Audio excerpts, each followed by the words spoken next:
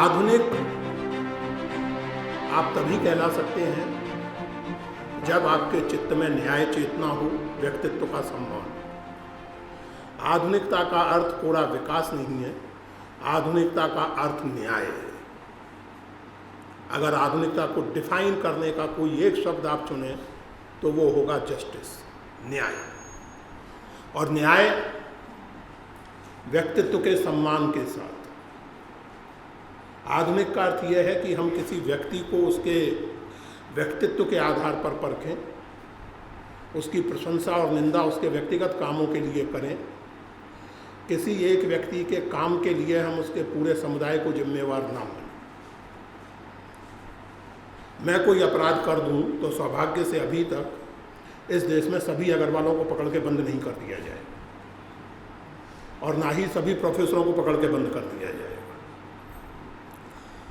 लेकिन अगर मेरा नाम कुछ अलग प्रकार का हो तो 300 साल पहले किए गए अपराधों का हिसाब मुझसे जरूर मांगा जा सकता है कि तब ये अत्याचार हुए थे, अब तुम्हारा नाम ये है तो अब तुम इसका हिसाब आज दो। यह आधुनिक सोच नहीं है। आधुनिकता का अर्थ इतिहास और स्मृति की उपेक्षा करना नहीं होता, लेकिन आधुनिकता का अर्थ इतिहास और स्मृति से सही सबक सीखना होता है। जवाहरलाल नेहरू की बात करना आजकल लगभग अपराध है। मैं ये बात कहना चाहता हूँ, और आप में से अगर किसी को बुरी लगे तो मुझे माफ़ कर दीजिएगा, और ना भी करें तो कोई खास फर्क मुझे पड़ता नहीं। कृतज्ञता मनुष्य का सबसे बड़ा गुण होता है,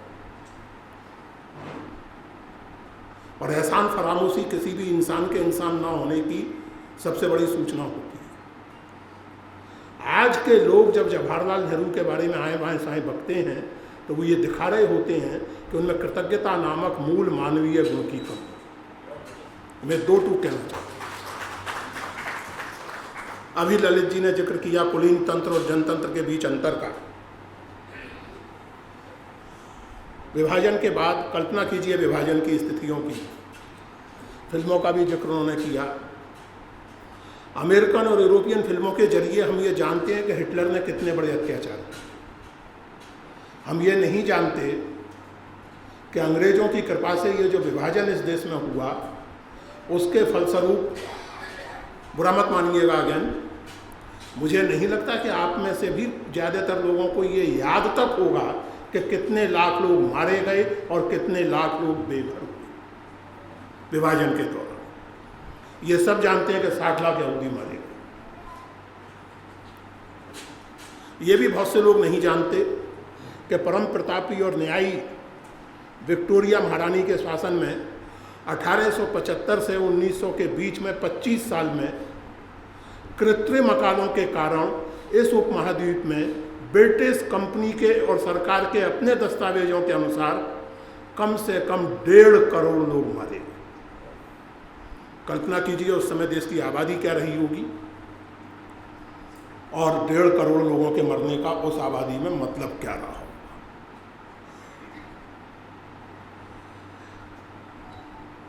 ललित जी बात कर रहे थे गणतंत्र की, कुलीन तंत्र की। आज़ादी के बाद, विभाजन के बाद बहुत सारे पाकिस्तान से आए हुए जो शरणार्थी थे वो पुराने किले के पास दिल्ली में बसाए गए थे। एक प्रधानमंत्री के तौर पर जवाहरलाल जी वहाँ जाते थे लोगों के हालचाल पूछने, हालात देखने।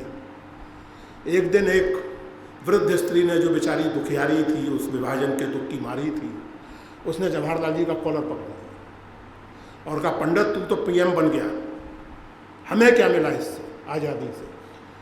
तो जवाहरलाल जी ने उत्तर जो दिया वो खास करके नौजवान अपने चित्त में बैठा लें और 2018 में उस उत्तर को याद करें।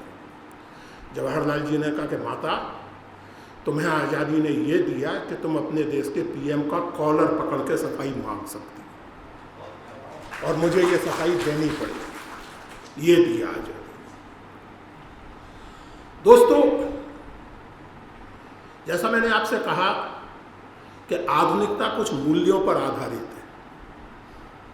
मैं ऐसे व्यक्ति को आधुनिक नहीं मानूंगा जो बुर्के का समर्थन करता हो भले ही उसने खुद कितने भी फैंसी कपड़े क्यों ना पहन रखे। मैं ऐसे व्यक्ति को भी आधुनिक नहीं मानूंगा जो विधवा दहन के समर्थन में तर्क खोज खोज कर लाता हो, भले ही वह संस्कृत का कितना भी बड़ा पंडित हो। कारण दोनों जगह एक ही है, और वो ये कि आप स्त्री को व्यक्ति मानने से इनकार कर रहे हैं। मैंने जैसे आपसे कहा कि आधुनिकता का मूलभूत दार्शनिक अर्थ है व्यक्तित्व का सम्मान, और इसलिए ऐसा नहीं मानना चाहिए कि आधुनिकता केवल यूरोप की बपौती है। जिन मित्रों ने मेरी पुस्तक पढ़ी हो और ना पढ़ी हो तो निवेदन है कि पढ़ लें। हालांकि आजकल ये निवेदन करते भी मुझे डर लगता है, क्योंकि इस सभा में बैठे लोगों के लिए नहीं कह रहा हूँ, लेकिन अगर कहीं बाहर लोग सुन रहे हों तो आजकल पढ़ने का मतलब व्हाट्सएप पढ़ना होता है। व्हाट्सएप यूनिवर्सिटी सबसे बड़ी यूनिवर्सिटी है इस समय इस देश की, और मूर्खता इस समय इस देश का सबसे बड़ा आभूषण है। हमें अपने आप को मूर्ख मानने में गर्व होने लगा है, हम उस दशा में पहुंच चुके हैं।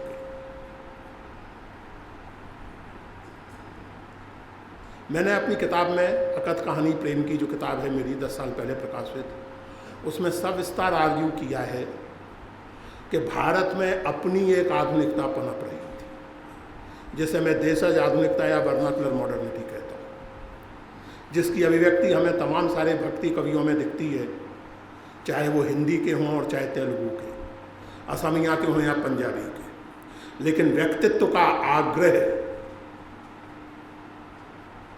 जब कबीर ये कहते हैं कि हाँ मैं जुड़ा हूँ जाति का और मुझे इस पर कोई शर्म नहीं है, इसको लेकर मैं अपनी जात छुपाऊंगा नहीं, जाति जुलाहा मति का धीर, हरख हरख गुण रमे कबीर, तो असल में कबीर एक आधुनिक वक्तव्य दे रहे। जब वो ये कहते हैं कि मुक्ति के लिए ब्राह्मण होना जरूरी नहीं है, जब मीरा ये कहती हैं कि मणे बदनामी लागे मीठी, चाहे कोई निंदो चाहे कोई बिंदो, चलूंगी चाल अपूठी, तो एक आधुनिक वक्तव्य दे रही होती है। हर आधुनिकता की अपनी परंपरा होती है, और कोई आधुनिकता ऐसी नहीं होती जिसकी परंपरा ना हो। आधुनिकता आसमान से नहीं टपक पड़ती। अपने समाज के उन स्रोतों को पहचानने की जरूरत है जो हमें व्यक्तित्व के सम्मान और न्याय चेतना पर आधारित आधुनिकता की ओर ले जाए। भारतीय स्वाधीनता आंदोलन का महत्व तो केवल अंग्रेजी राज से आज़ादी हासिल करने में नहीं था। भारतीय स्वाधीनता आंदोलन का महत्व तो समूचे के समूचे राष्ट्र, समूचे के समूचे देश, बल्कि सारी दुनिया को एक तरह से सांस्कृतिक पुनर्जागरण की ओर ले जाने में था। अमेरिका के अश्वेत नेता डुब्यूज, जो मार्टिन लूथर किंग के पहले से महात्मा गांधी और जवाहरलाल जी के प्रशंसक थे, उन्होंने सन 47 में भारत की आज़ादी को दुनिया के इतिहास की सबसे महत्वपूर्ण घटना बताया और कहा था कि ये घटना अमेरिका की आज़ादी से ज़्यादा महत्वपूर्ण है। ये घटना इंग्लैंड में लोकतंत्र की स्थापना से ज़्यादा महत्वपूर्ण। और क्यों महत्वपूर्ण है? क्योंकि पहली बार एक broadly speaking non violent movement के कारण दुनिया के इंपीरियलिज्म की सबसे मजबूत कड़ी टूट गई और अब इंपीरियलिज्म जारी नहीं रह पाएगा। और ये हुआ। सन 1950 तक ब्रिटेन, फ्रांस और पुर्तगाल के अधिकांश उपनिवेश आज़ाद हो चुके। भारतीय स्वाधीनता आंदोलन एक बहुत गहरे अर्थों में सामाजिक और सांस्कृतिक आत्म अन्वेषण का आंदोलन था। उसके नेताओं में आत्मविश्वास था, मतभेद का सम्मान करने की योग्यता और सामर्थ्य थी। रविंद्रनाथ ठाकुर गांधी जी को महात्मा कहते थे और गांधी जी रविंद्रनाथ को गुरुदेव के अलावा और कुछ नहीं कहते थे। और रविंद्रनाथ ठाकुर ने 1917 में व्याख्यान दिए थे राष्ट्रवाद की कठोर आलोचना करते हुए। वो व्याख्यान प्रकाशित हैं मैकमिलन प्रेस से, नेशनलिज्म के नाम से। कठोर आलोचना की है रविंद्रनाथ ठाकुर ने नेशनलिज्म की, इंक्लूडिंग इंडियन नेशनलिज्म। उन्हें गांधी ने एंटी नेशनल नहीं कहा। कांग्रेसी कार्यकर्ताओं ने रविंद्रनाथ ठाकुर के घर पर प्रदर्शन नहीं किए, बहस की। गांधी जी ने रविंद्रनाथ ठाकुर के उठाए सवालों का जवाब दिया। अंबेडकर को लाहौर के जात पात तुड़क मंडल में भाषण देने के लिए बुलाया गया। अंबेडकर ने अपना भाषण एडवांस में भेज दिया। भाषण इतना तीखा था कि आयोजकों के हाथ पांव फूल गए। उन्होंने आयोजन रद्द कर दिया। अंबेडकर ने उस भाषण को अपने खर्चे से छपवा दिया और वही वो मशहूर किताब है एनाइलिएशन ऑफ कास्ट। वो छोटी सी किताब, वो वही भाषण है जो लाहौर में नहीं दिया जा सका। मुझे नहीं पता मित्रों कि हम में से कितनों को याद है ये तथ्य कि उस किताब का रिव्यू किया महात्मा गांधी ने अपने अखबार में, और रिव्यू में अंबेडकर से बहुत सी असहमतियां जताई, बहुत सी सहमतियां जताई। वो अपनी जगह, लेकिन उस रिव्यू का एक वाक्य जो मैं कभी नहीं भूल सकता वो ये है कि अंबेडकर जी से मेरी प्रार्थना है कि जब इस पुस्तक का अगला संस्करण छापें तो इसका दाम 4 आने की जगह 2 आने रखें, ताकि ये किताब और अधिक लोगों तक पहुंच सके, क्योंकि ये इतनी महत्वपूर्ण और ज़रूरी किताब है कि हर हिंदुस्तानी को और कम से कम हर हिंदू को तो जरूर ही पढ़नी चाहिए। ये था भारतीय राष्ट्रवाद, क्योंकि वो अंबेडकर को कोई गाली देके निपटा देने में विश्वास नहीं करता था। वो संवाद और विवाद में विश्वास करता था, और विवाद का अर्थ उसके लिए माँ बहन करना नहीं होता था, जो आजकल सोशल मीडिया पर होता है। जब हम आधुनिक भारत की बात करते हैं दोस्तों, तो हम थोड़ा सा इस पर भी ध्यान दें कि आखिरकार चुनौती क्या थी इस देश के आधुनिक नेताओं के सामने। मैंने थोड़ा सा संकेत भक्त कवियों का किया, उस बहस में, उस चर्चा में जाने का समय नहीं है हमारे पास। मैं 30-35 मिनट ले सकता हूँ अध्यक्ष महोदय? उतना समय नहीं है कि हम भक्ति आंदोलन से बात शुरू करें, लेकिन स्वाधीनता आंदोलन और उसके पहले के नव जागरण, चाहे वो महाराष्ट्र का हो, चाहे वो बंगाल का, चाहे वो पंजाब का, चाहे हिंदी क्षेत्र का, अगर इन सबको आप एक समग्र तौर पर देखें, एक नैरेटिव के तौर पर देखें, तो इनकी मुख्य चिंता क्या है? इनकी मुख्य चिंता, मैं याद करूं रविंद्रनाथ ठाकुर का अद्भुत उपन्यास गोरा, जो संयोग से उसी वर्ष प्रकाशित हुआ था जिस वर्ष हिंद स्वराज। रविंद्रनाथ ठाकुर हिंद स्वराज के तर्क से एकदम असहमत थे, लेकिन महात्मा गांधी गोरा के तर्क से असहमत नहीं थे, क्योंकि गोरा का मूल तर्क ये था कि समाज को अपने आप को इतना प्रशस्त बनाना होगा कि हर व्यक्ति उसमें एक सुरक्षा और एक संवेदना महसूस कर सके। ऐसे समाज की रचना भारतीय नवजागरण और भारतीय स्वाधीनता आंदोलन की बुनियादी चुनौती थी। इसी के साथ ये सच है कि भले ही एक आधुनिक राष्ट्र राज्य भारत ना हो उस समय, लेकिन एक प्राचीन सभ्यता तो था ही, उसके साथ साथ भारत भूखंड की एक भौगोलिक एकता, एक सांस्कृतिक ताने बाने में समानता का बोध 19वीं सदी के बहुत पहले से मौजूद है। ये सत्य भी हमें स्वीकार करना चाहिए। ऐसा नहीं है कि अंग्रेजों के आने के बाद ही इस देश में नेशनल सेंटीमेंट पैदा हुआ, ऐसा कुछ नहीं है। लेकिन वो बोध भारतीयता का किस प्रकार का था? भारतीय सभ्यता जिसको हम कहते हैं या जिसको समझते थे हम या समझते हैं, उसके केंद्रीय मूल्य क्या थे? विष्णु पुराण, जो प्राचीनता की दृष्टि से भी और सूचनाओं की दृष्टि से भी सर्वाधिक महत्वपूर्ण पुराण माना जाता है, और जिसकी रचना अधिकतम 2री सदी ईस्वी तक हो चुकी थी। बहुत से विद्वानों का कहना है कि उसके भी पहले, लेकिन 2री सदी ईस्वी तक तो निश्चित रूप से। उसमें भारत और भारती को परिभाषित किया गया है, और वो परिभाषा है उत्तरम यत् समुद्रस्य हिमाद्रैश्चैव दक्षिणम वर्ष तद नाम भारत भारती तत्र संतति। समुद्र के उत्तर में और हिमालय के दक्षिण में जो वर्ष अर्थात देश है उसका नाम भारत है और उसकी संतति को भारती कहते हैं। मित्रों, ध्यान दें आप इस बात पर कि विष्णु पुराण ये नहीं कह रहा है कि केवल वैदिक मत को मानने वालों को भारतीय कहते हैं। और ये वही पुराण है जिसमें बौद्ध मत की कठोर आलोचना मिलती है, जैनों की कठोर आलोचना मिलती है और नास्तिकों की तो मिलती ही है।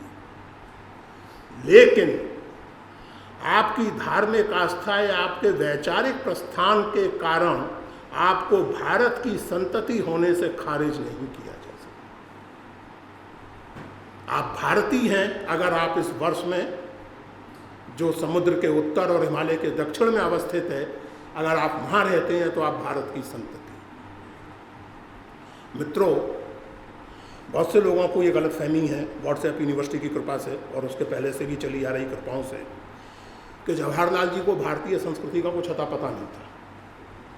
असल में होता क्या है कि जैसे सचमुच चीज़ों का अता पता होता है वो उसको उछालता नहीं फिरता। आपने अपने अनुभव से देखा होगा, जो बहुत संपन्न लोग होते हैं वो दिन में 3-4 बार सूट बदलने की परवाह नहीं करते।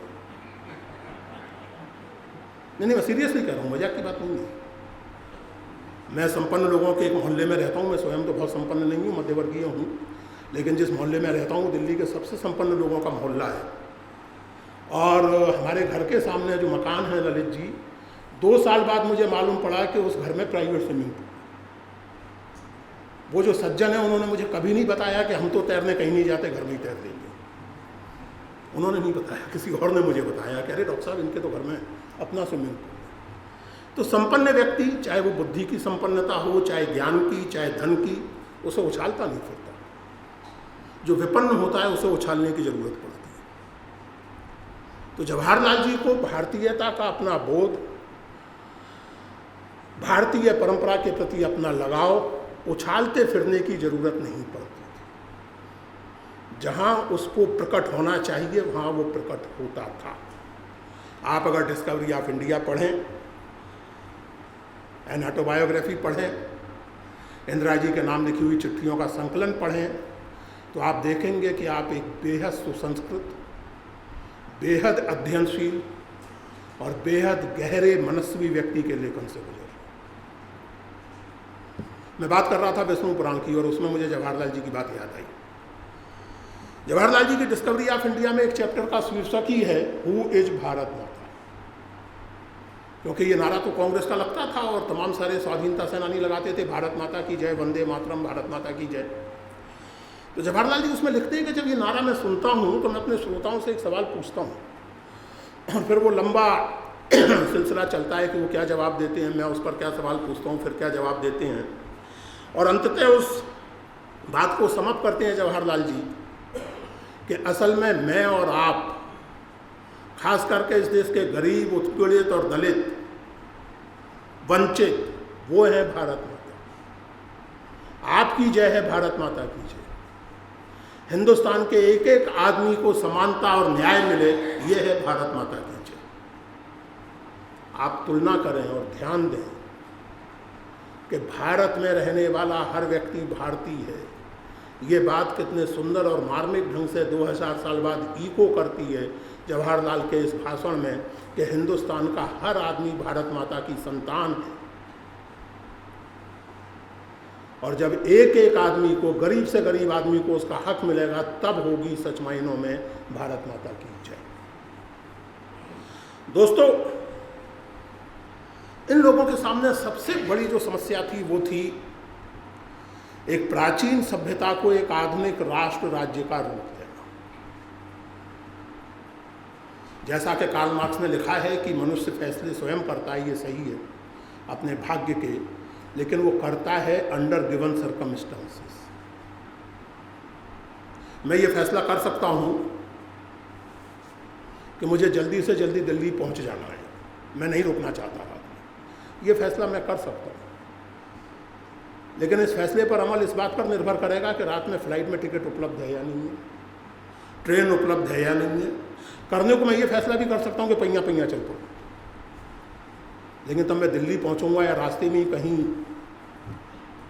तो इसलिए फैसला आप कर सकते हैं, बट अंडर गिवन सर्कमस्टांसेस। हम राष्ट्रवाद को पसंद करें या ना करें, इन नेताओं के सामने ये सवाल था। टैगोर जैसे लोगों के सामने यही सवाल इन्होंने जवाब के तौर पर रखा जब टैगोर नेशनलिज्म की आलोचना कर रहे थे। और टैगोर की आलोचना बहुत कठोर थी और बहुत मार्मिक थी मित्रों।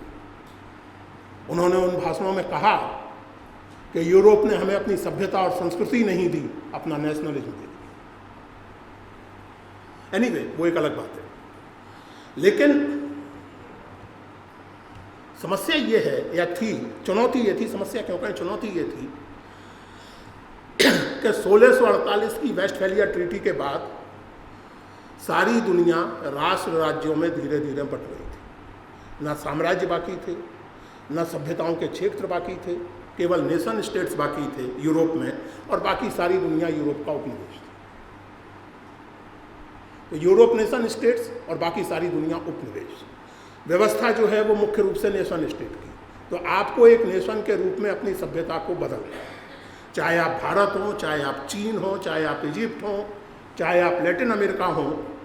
आधुनिक दुनिया में प्रवेश करने के लिए जरूरी है कि आप अपनी चली आ रही सभ्यता को, अपनी चली आ रही सामूहिकता को एक नेशन स्टेट का रूप दें। और नेशन स्टेट का रूप देने के लिए ये जरूरी है कि आप नेशन का एक आइडिया इवॉल्व करें। इसी को आइडिया ऑफ इंडिया कहते हैं। आइडिया ऑफ इंडिया, ये फ्रेज जवाहरलाल जी के साथ जुड़ा हुआ है थोड़ा ज़्यादा, लेकिन ये केवल जवाहरलाल जी का आइडिया ऑफ इंडिया नहीं था। ये गांधी का, टैगोर का, सुभाष बोस का, सरदार पटेल का, मौलाना आज़ाद का, अंबेडकर का, भगत सिंह का, हर डेमोक्रेटिक हिंदुस्तानी का आइडिया ऑफ इंडिया था। जवाहरलाल जी के नाम के साथ वो ज़्यादा इसलिए जुड़ा कि उन्होंने उस पर रिफ्लेक्ट किया, लगातार लिखा, लगातार सोचा, और बाद में उनको 17 साल इस देश को दिशा देने का सौभाग्य मिला। तो सवाल ये था कि इस सभ्यता को नेशन स्टेट में कैसे बदलें। अब आप भारत पर जरा विचार कीजिए, आधुनिक भारत से पहले के भारत पर, मध्यकालीन या प्राचीन कालीन भारत। जब जवाहरलाल जी ये कहते हैं, एक रूपक देते हैं, वो कहते हैं भारत, भारतीय सभ्यता या भारतीय संस्कृति मुझे एक पुरानी पांडुलिपि के पन्ने जैसी लगती है, पैलिम्प्लेस्ट। वो ऐसा पन्ना है पांडुलिपि का जिस पर किसी ने कुछ लिखा, उसके बाद फिर किसी और ने कुछ लिख दिया, लेकिन जो पहले लिखा गया वो पूरी तरह मिट नहीं गया, उसके ट्रेसेस बाकी रह गए। Nothing was erased totally. फिर किसी और ने कुछ लिख दिया, फिर किसी और ने कुछ लिख दिया, लेकिन ये सारी एक के बाद एक आने वाली लिखावटों के बावजूद जो सबसे पहली लिखावट थी उसके ट्रेसेस फिर भी बचे रह गए। ये बिल्कुल सही रूपक है। अगर आप अपने आसपास ध्यान दें तो जैसी बैलगाड़ी हम लोग 21वीं सदी में इस्तेमाल करते हैं, ठीक वैसी ही बैलगाड़ी आज से लगभग 4000 साल पहले मोहनजोदड़ो और हड़प्पा में इस्तेमाल की जाती थी। लड़कियां स्कूल जाते समय जो 2 चोटियां बनाती हैं वो अंग्रेजी फैशन नहीं है, वो मोहनजोदड़ो से आया हुआ फैशन। मोहनजोदड़ो में जो प्रतिमाएं मिली हैं युवतियों की, उसमें 2 चोटियां। तमाम तरह की कंटिन्यूटी आप देख सकते हैं, 1000 तरह की। इसीलिए मार्क टुली की किताब का शीर्षक याद कीजिए, जो उन्होंने जगदीश स्वामीनाथन की एक बात से लिया था, no full stops in India. भारत में कभी पूर्ण विराम नहीं होता है, केवल कॉमा ही कॉमा होती है, क्योंकि कहीं अंत नहीं है। हरि अनंत, हरि कथा अनंत। एक डिस्क्रिप्शन एक जगह के लिए सही हो सकता है, दूसरी जगह के लिए गलत हो सकता है, भ्रामक हो सकता है। विविधता भारत में केवल हिंदू मुसलमान का मामला नहीं है। विविधता भारत के सांस्कृतिक अनुभव का सार है। मैं हिंदू हूँ, बेधड़क हिंदू हूँ, और इसका ना मुझे कोई गर्व है ना कोई शर्म है। मैं बहुत सहज रूप से हिंदू हूँ। दक्षिण में भी हिंदू हैं, तमिलनाडु में, केरल में। वो मेरी भाषा नहीं बोलते, वो उन देवताओं की पूजा भी नहीं करते जिनकी मैं करता हूँ। उनके देवताओं के बारे में मैं या कम से कम मेरे जैसे उत्तर भारतीय लोग जानते तक नहीं है कि मुर्गन क्या चीज़ है। वो हिंदू हैं या नहीं? मैं हिंदू हूँ और शाकाहारी हूँ। बहुत सारे हिंदू घनघोर मांसाहारी होते हैं। वो हिंदू हैं या नहीं है?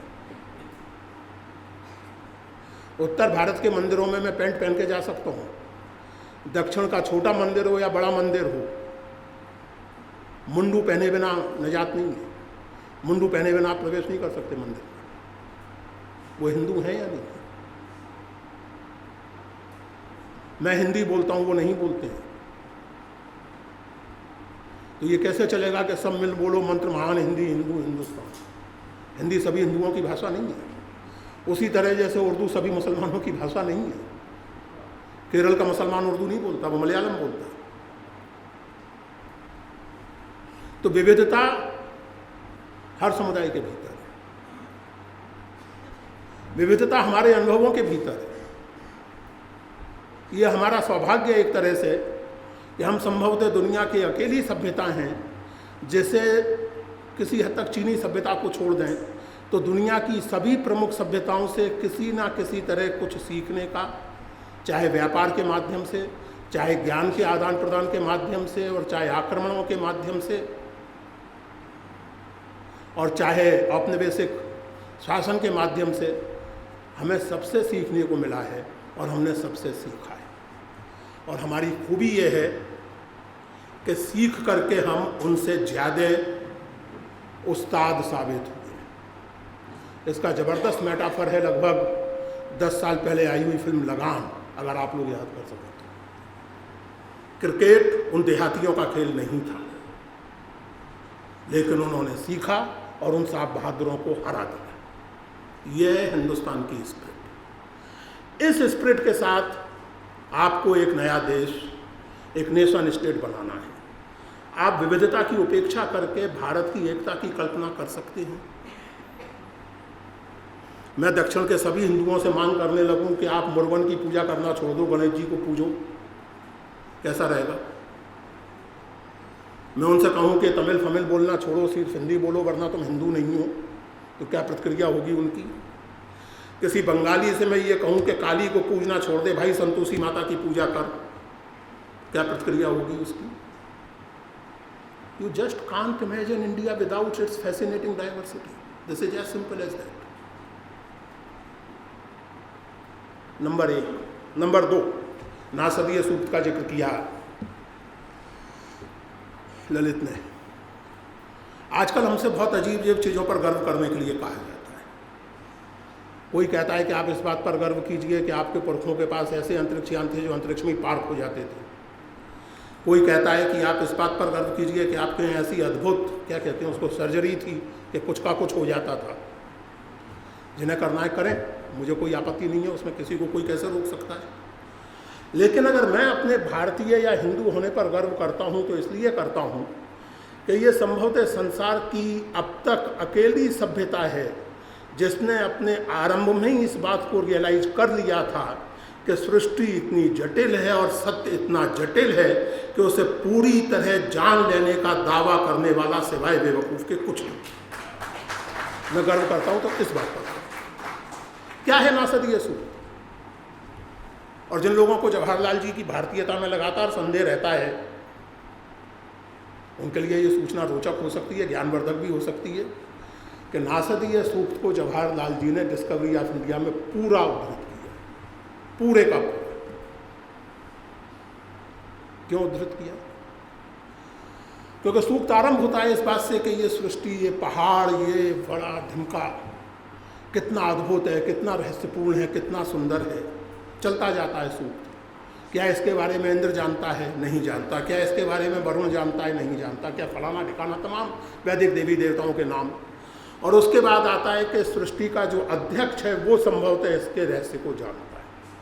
और मास्टर स्ट्रोक दोस्तों आखिर में है कि नहीं, संभवतः वो भी नहीं जानता। ये है वो भारतीयता जो सृष्टि के अध्यक्ष तक के बारे में ये कह सकती है कि सृष्टि का रहस्य शायद वो भी नहीं जानता, क्योंकि वो लोग अपने इंट्यूशन से, अपने सोच से इस बात को जान गए थे कि ब्रह्मांड सिकुड़ नहीं रहा है, ब्रह्मांड बढ़ रहा है।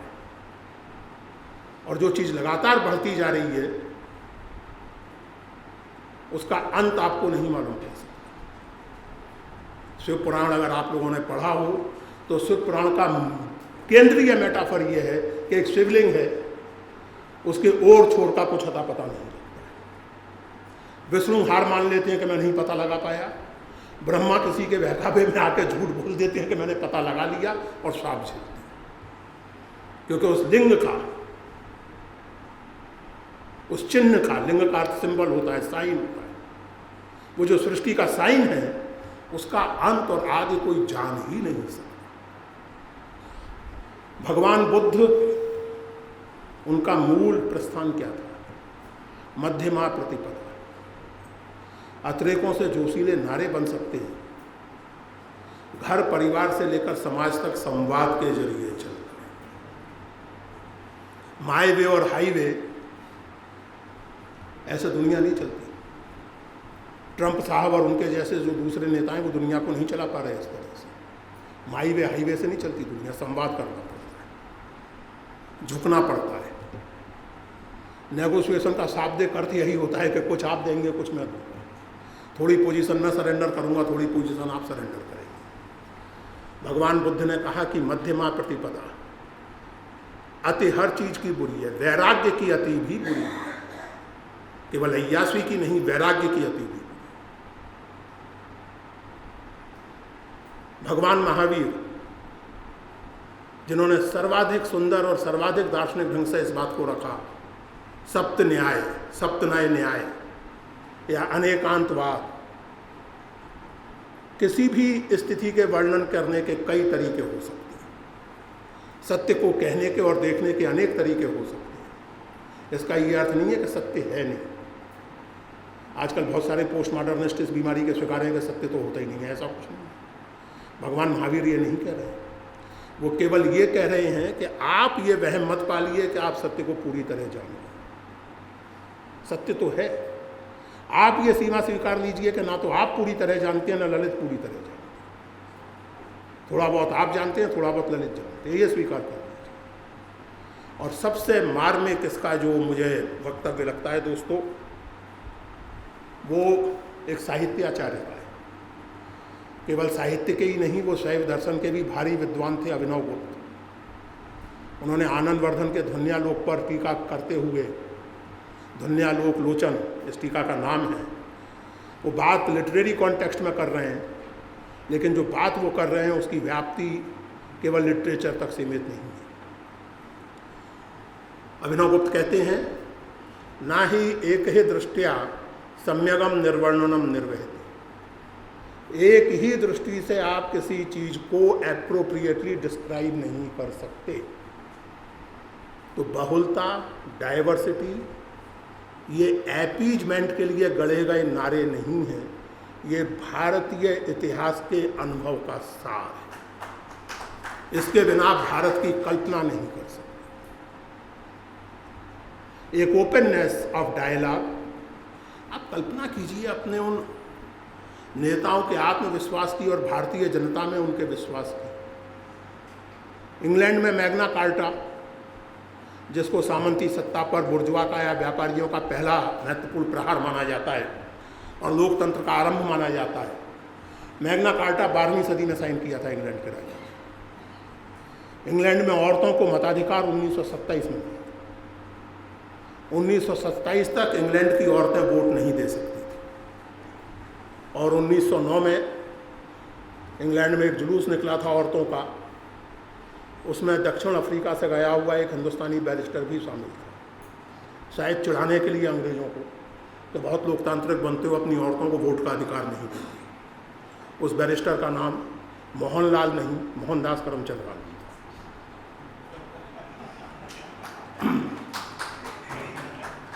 वो जुलूस में शामिल था। भारत में औरतों को मताधिकार कब मिला? पहले आम चुनाव। यूरोप वाले बहुत फख्र करते हैं, ग्रीस को मदर ऑफ डेमोक्रेसी कहते हैं। आधुनिक ग्रीस में औरतों को मताधिकार मिला 1952 में। बहुत ही आधुनिक और प्रबल रूप से प्रगतिशील देश स्विट्जरलैंड में औरतों को मताधिकार मिला 1960 में।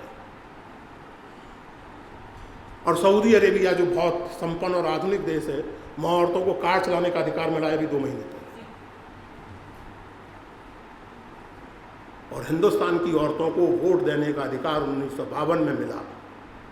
कभी कभी सचमुच शरीर में रोमांच होता है ये सोचकर कि कि महात्मा गांधी हों, जवाहरलाल नेहरू हों, सरदार पटेल हों, मौलाना आज़ाद हों, अम्बेडकर हों, संविधान सभा के वो तमाम ज्ञात और अज्ञात सदस्य हों, कितना गहरा विश्वास था उन्हें भारतीय जनता में और उसकी परिपक्वता में। क्योंकि तब भी ऐसे लोग कम नहीं थे, और मैं उदाहरण नहीं देना चाहता क्योंकि आजकल थोड़ा मैं भावनाओं से डरता हूँ, तो पता नहीं कब किसकी आहत हो जाए। वो पुराने लोग कहते थे ना जाने किस वेश में नारायण मिल जाए, तो आजकल लगता है ना जाने किस जगह आहत भावना मिल जाए। तो मैं नाम नहीं लेना चाहता, समझदार को इशारा काफ़ी है। उस समय के, अगर आजकल गूगल की कृपा से संभव है, सहज है, उस समय की संविधान सभा की डिबेट्स, उन डिबेट्स का अखबारों में कवरेज, और उस कवरेज पर लोगों की प्रतिक्रिया देख लीजिए तो आपको मालूम पड़ जाएगा कि जो लोग कभी कभी ये कहते आज भी नज़र आते हैं कि साहब इस देश में लोकतंत्र की क्या ज़रूरत है, उनके वैचारिक पूर्वज आम मताधिकार का विरोध 1951-52 में भी कर रहे थे। This is a matter of historical record. में अपनी ओर से कुछ नहीं कह रहा। तो मित्रों, आधुनिक भारत हमें बनाना है, और वो तभी संभव है जबकि हिंदुस्तान के हर आदमी की इसमें हिस्सेदारी है। और भारतीय सभ्यता और संस्कृति परंपरागत रूप से आदान और प्रदान की संस्कृति रही। पंडित हजारी प्रसाद द्विवेदी, जो विभिन्न विषयों के साथ साथ ज्योतिष के भी भारी विद्वान थे, असल में उनकी आचार्य की उपाधि ज्योतिष की ही थी, परीक्षा उन्होंने ज्योतिष की ही पास की थी। उनका एक अद्भुत निबंध है ज्योतिष पर, जिसमें वो बताते हैं कि आज जो होरा शास्त्र ज्योतिषी लोग करते हैं वो मूलतः ग्रीस से लिया गया। जो वर्षफल निकाला जाता है ताजिक, वो अरब से लिया गया। कम से कम एक किताब तो मैंने भी देखी है, 14वीं-15वीं सदी में दक्षिण के नीलकंठाचार्य की रची हुई, उसका नाम ही है ताजिक नीलकंठ। उन्होंने अरेबिक का संस्कृत अनुवाद नहीं किया, जैसे आजकल कुछ लोग कहते हैं कि दरवाज़ा नहीं द्वार कहिए। नीलकंठाचार्य ने ताजिक को वर्षफल नहीं कहा, पुस्तक का नाम ताजिक नीलकंठी ही है, पुस्तक संस्कृत में और ज्योतिष की है। आप इसीलिए उस निबंध में पंडित जी ने लिखा, और बिल्कुल ठीक लिखा, कि संस्कृति में शुद्ध कुछ नहीं होता, जीवित संस्कृति केवल अशुद्ध संस्कृति होती है। कुछ नहीं शुद्ध होता संस्कृति में। शुद्ध यानी उस अर्थ में कि प्योर, एकदम कुछ नहीं। क्या बेकार की बातें हैं। अब मैं आपसे अगर पूछूं, खास करके नौजवानों से, कि बाबा शब्द कहाँ से आया है? बाबा संस्कृत में तो नहीं। बाबा शब्द तुर्की भाषा का है। अभी बाबा रामदेव को बताइए तो नाराज हो जाएंगे, लेकिन है तुर्की भाषा। कम से कम मेरे लिए तो बहुत मुश्किल है जलेबी और समोसे का परित्याग कर पाना। आपके बारे में नहीं जानता, ये दोनों तुर्कों की देन है। हमारा इनोवेशन ये है कि वो आमतौर से समोसे में मांस भरते थे, हमने आलू भरना शुरू कर दिया। समोसा शब्द तुर्की भाषा का। जलेबी को तुर्की में जालेब कहते हैं, हम जलेबी कहने लगे। आप सोचिए कितना अद्भुत भारत होगा वो, जिसमें जलेबी और समोसे पर बैन होगा, क्योंकि वो सफिशिएंटली हिंदुस्तानी नहीं है। वो इस देश में मिलिच्छों के साथ आया है, आलू भी मिलिच्छों के साथ आया है। इफेक्ट है। आलू जहांगीर के समय में पुर्तगाली व्यापारी दक्षिण अमेरिका से लाए थे। जायसी का पद्मावत पढ़िए, और आप जानते हैं कि पद्मावत का भोजन वर्णन बहुत विख्यात है। 70 पृष्ठों तक भोजन वर्णन चलता है। जायसी काफ़ी रसिया थे भोजन के। उसमें 50 तरह की सब्जियों का जिक्र है, आलू का नहीं है, क्योंकि जायसी के हिंदुस्तान में आलू उपलब्ध नहीं था, बाद में आया। तो दोस्तों, चुनौती थी एक ऐसी सभ्यता को जो एक निरंतर सभ्यता है। जवाहरलाल जी ने अपनी विल में गंगा के बारे में जो लिखा है उसको याद करना चाहिए। गंगा भारत की नदी है, भारत की स्मृतियों के साथ एक अतीत से एक अनंत भविष्य की ओर निरंतर चली जा रही है। बहुत सारे लोग आजकल गंगा प्रेमी हैं, होना भी चाहिए।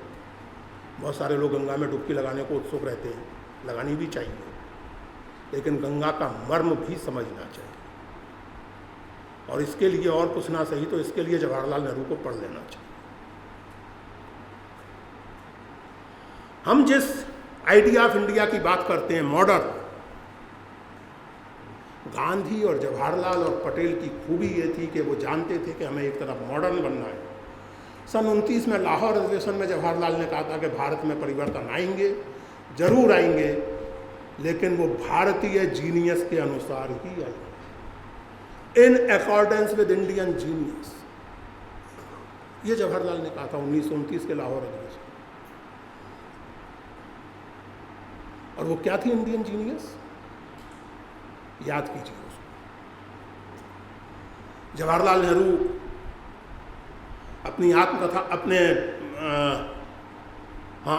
में कल्हण की राजतरंगिणी नहीं याद करते, और कल्हण की राजतरंगिणी का अनुवाद उनके बहनोई रंजीत पंडित ने किया था, विजय लक्ष्मी जी के पति ने।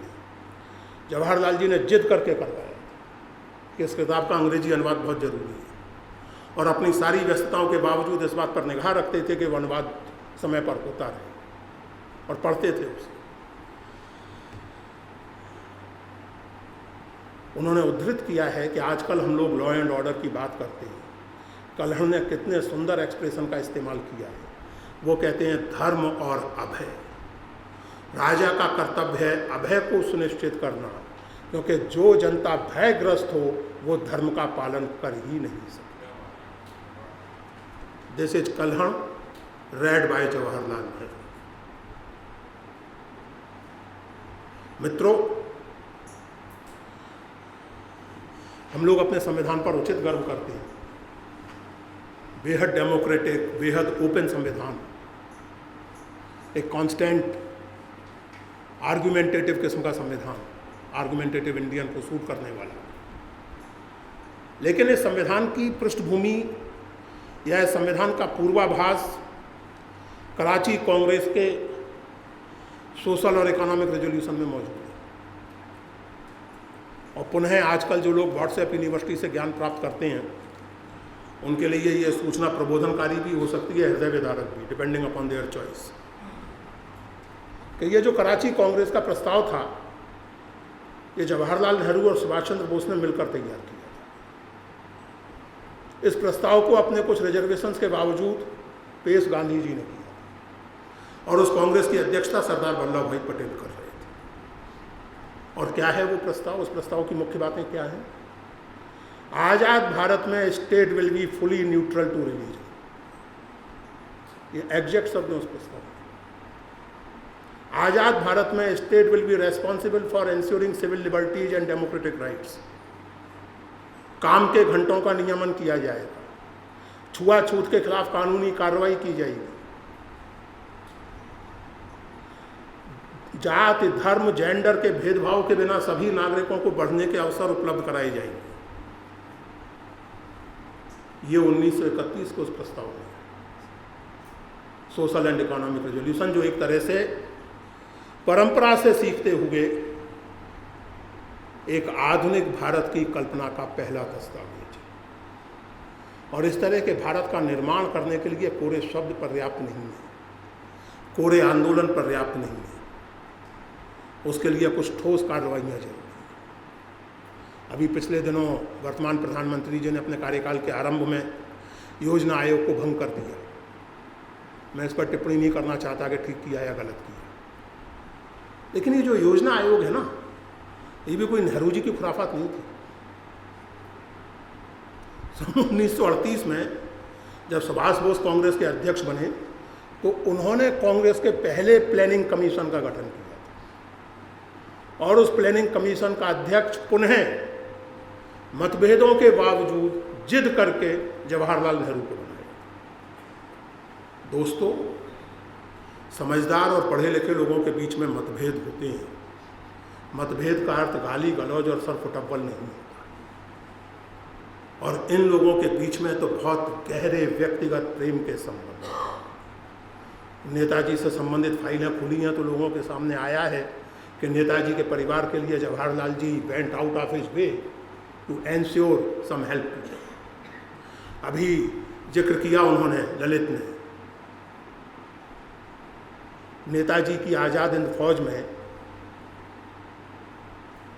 रानी लक्ष्मीबाई एक ब्रिगेड जरूर थी, बाकी सारी रेजिमेंट, बाकी सारी ब्रिगेड्स जवाहरलाल सुभाष बोस के उन्हीं साथियों के नाम पर थी जिनके बारे में हमें बताया जाता है कि सुभाष बोस और वे परस्पर एक दूसरे से जैसे नफरत करते। गांधी ब्रिगेड, जवाहर ब्रिगेड और आज़ाद ब्रिगेड, क्योंकि कल्पना एक थी, और वो कल्पना थी कि एक ऐसे भारत की रचना करना जो अपने अतीत से जुड़ा हो, जिसे अपने अतीत पर उचित गर्व हो, लेकिन जिसकी दृष्टि भविष्योन्मुखी। कभी मैं बहुत पढ़ा लिखा व्यक्ति नहीं हूँ, कुल मिलाकर के एक साधारण सामान्य मनुष्य हूँ, इसलिए सामान्य ढंग से ही सोचता हूँ, बाकी तो सब ठीक है। आपने कभी सोचा है कि भगवान ने दोनों आंखें आगे क्यों दी, एक पीछे क्यों नहीं लगा दी? क्योंकि भगवान ने समझा ह्यूमन डिजाइन के लिए कभी कभार पीछे मुड़कर देख लेना पर्याप्त है। ऐसा करना उचित नहीं है कि आप चलें उधर और देखें इधर, एक्सीडेंट हो जाए और कोई नहीं तो गड्ढे में गिर पड़ेगा। तो कभी कभी पीछे मुड़कर जरूर देख लीजिए। मेरा इंटरव्यू हो रहा था ललित जी, डॉक्टर नगेंद्र इंटरव्यू कर रहे थे, प्रोफेसर वाला, तो उन्होंने मुझे छेड़ने के लिए, जैसे स्मार्टनेस होती है और बुद्धि थोड़ी बहुत है, तो उन्होंने कहा कि पीछे देखो, ईश्वर की कृपा के मैं पीछे मुड़ के नहीं देखूँगा। मैंने छूटती कहा कि हाँ डॉक्टर साहब, उसके बिना आगे कैसे देखा जा सकता है?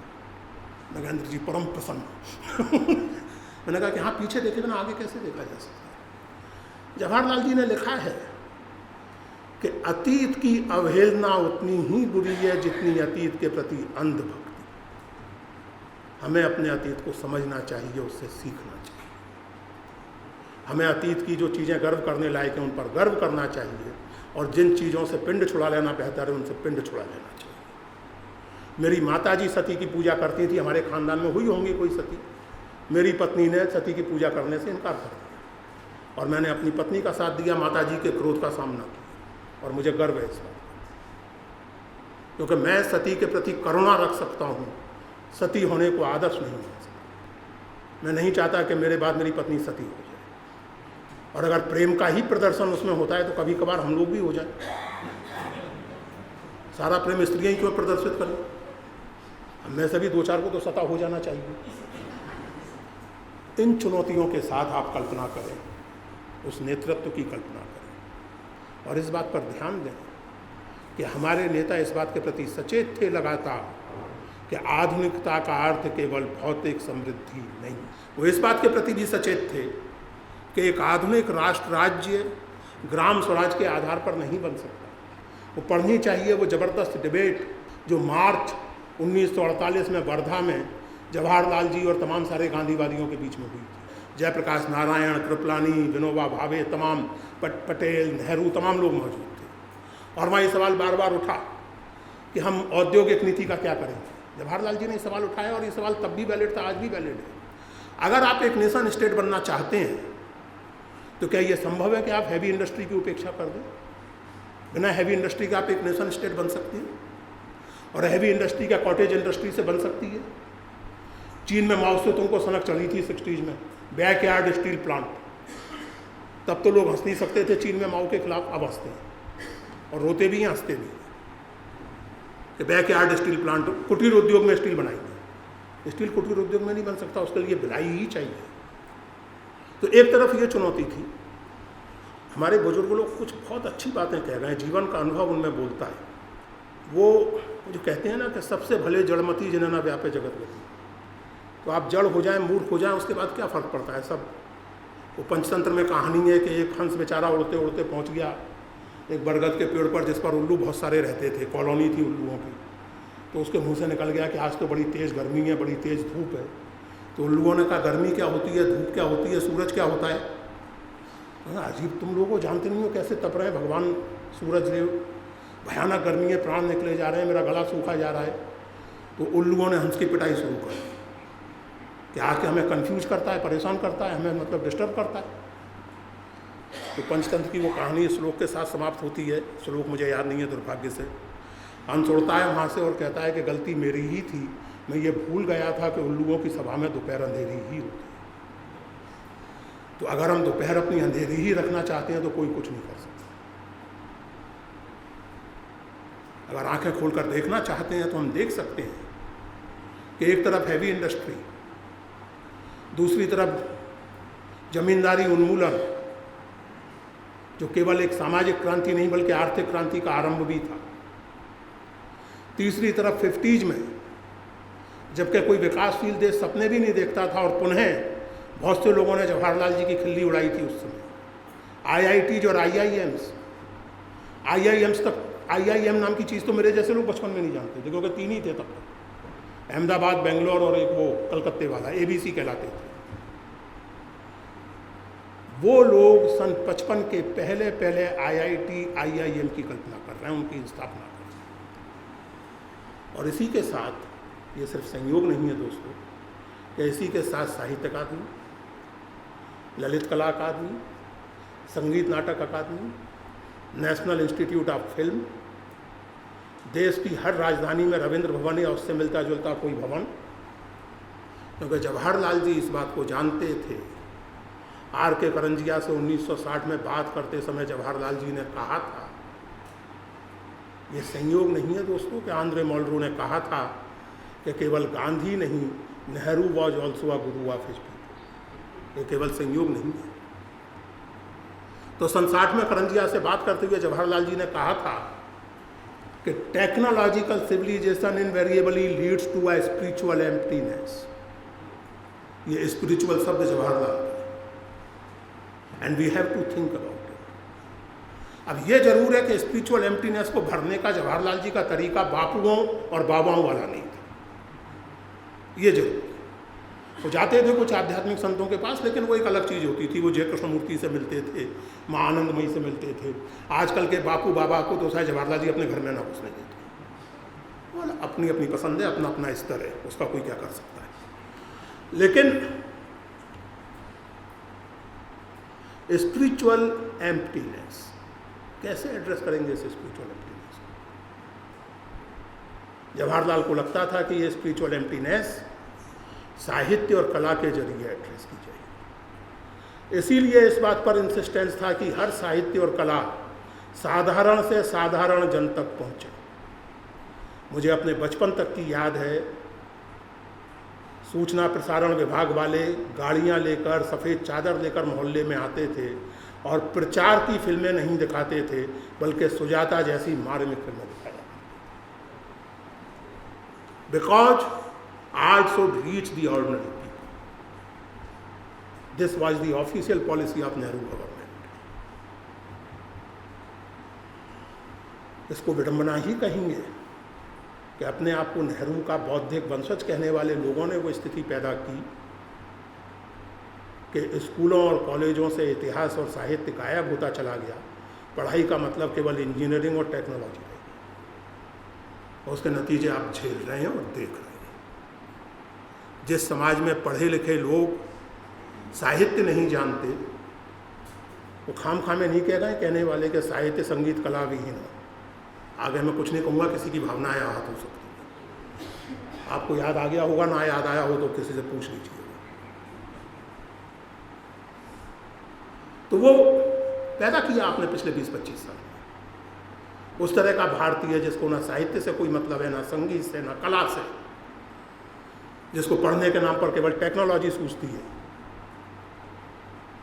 जिसको ज्ञान और संचार के नाम पर केवल टेलीविजन की चीख सूझती है।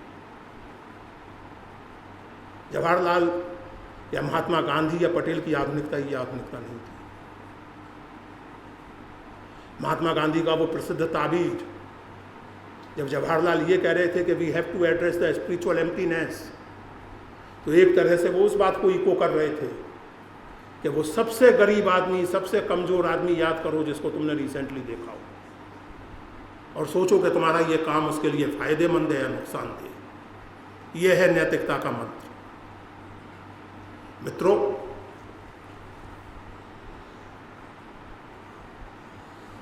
ये आधुनिक भारत का प्रोजेक्ट, मैं फिर से कहूँ कि केवल एक पॉलिटिकल और कल्चरल प्रोजेक्ट नहीं था।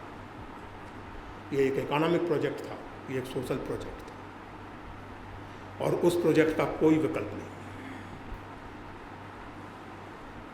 अगर आपको लगता है कि विविधता में एकता की उपेक्षा करके, संवाद की उपेक्षा करके,